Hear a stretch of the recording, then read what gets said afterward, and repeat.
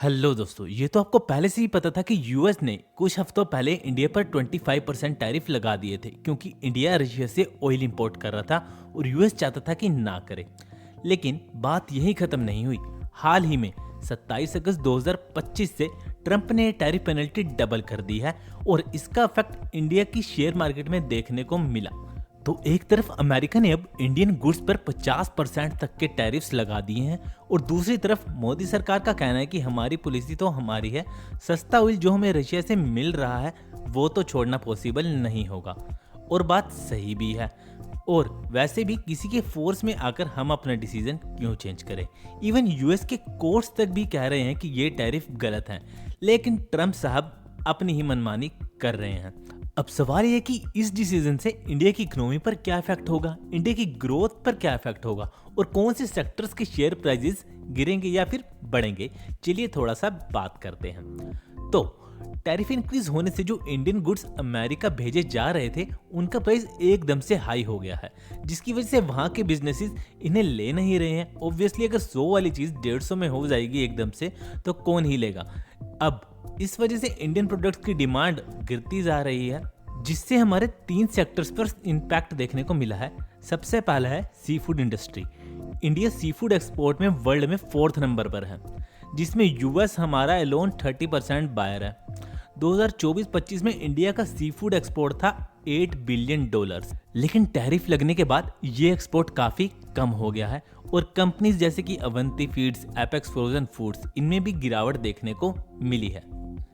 Similarly financial year 2024-25 में India ने around $40 billion के टेक्सटाइल्स यानी क्लोथ्स का एक्सपोर्ट किया था यूएस को, लेकिन अब टैरिफ की वजह से ये ऑर्डर्स भी कैंसिल हो रहे हैं, जिसकी वजह से कंपनीज जैसे कि Page Industries, KPR Mills, Arvind Limited, इन सब के शेयर प्राइसेस भी गिरते जा रहे हैं और इन सेक्टर में काम कर रहे लोगों की नौकरियां भी खतरे में हैं।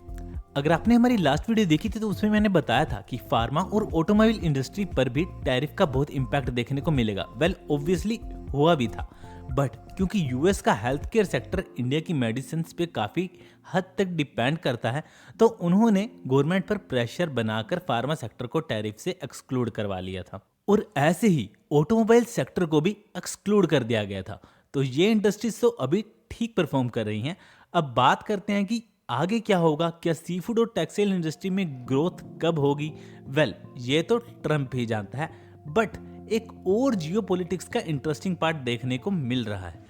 जब अमेरिका ने एक दरवाजा बंद किया तो इंडिया के लिए 3 नए दरवाजे खुल गए हैं। सबसे पहला चाइना। इंडिया और चाइना के बीच 7 साल पहले जो बॉर्डर पे कन्फ्लिक्ट्स हुए थे उसकी वजह से इनकी ट्रेड कम हो रही थी, लेकिन अब चाइना ने खुद इंडिया को अप्रोच किया है और ट्रेड टैक्स फिर से शुरू होने लगी है।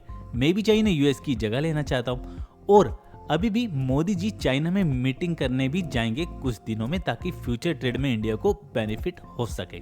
सेकंड है रशिया। वेल रशिया से हमें ऑलरेडी बहुत ही अच्छे प्राइसेस पर ऑयल मिल रहा है, जिससे हमारी कंट्री के हजारों करोड़ रुपए सेव हो रहे हैं और ये मैंने लास्ट वीडियो में भी आपको बताया था। एंड पुतिन भी दिसंबर में इंडिया विजिट करेंगे तो मे भी हमारी ट्रेड रशिया के साथ और बढ़ सकती है। और थर्ड और सबसे लेटेस्ट है जापान। कुछ ही हफ्तों पहले जापान ने इंडिया में अराउंड 65,000 करोड़ रुपए यानी 10 ट्रिलियन येन इन्वेस्ट करने का अनाउंस किया है।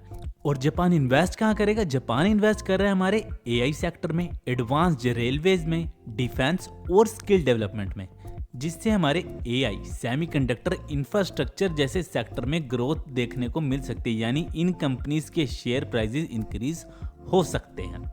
तो ओवरऑल एक तरफ अमेरिका ट्रेड वॉर के चक्कर में अपना ट्रस्ट लूज कर रहा है और दूसरी तरफ इंडिया अपने ऑप्शंस डाइवर्सिफाई करके एक मल्टीपोलर ट्रेड पावर बन रहा है। अब आगे क्या होगा? इंडिया की इकोनॉमी नीचे जाएगी, स्टेबल रहेगी या फिर डबल स्पीड से बढ़ेगी?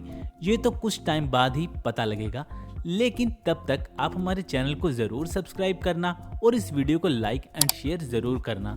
तो मिलते हैं अगली वीडियो में, तब तक के लिए टाटा बाय बाय।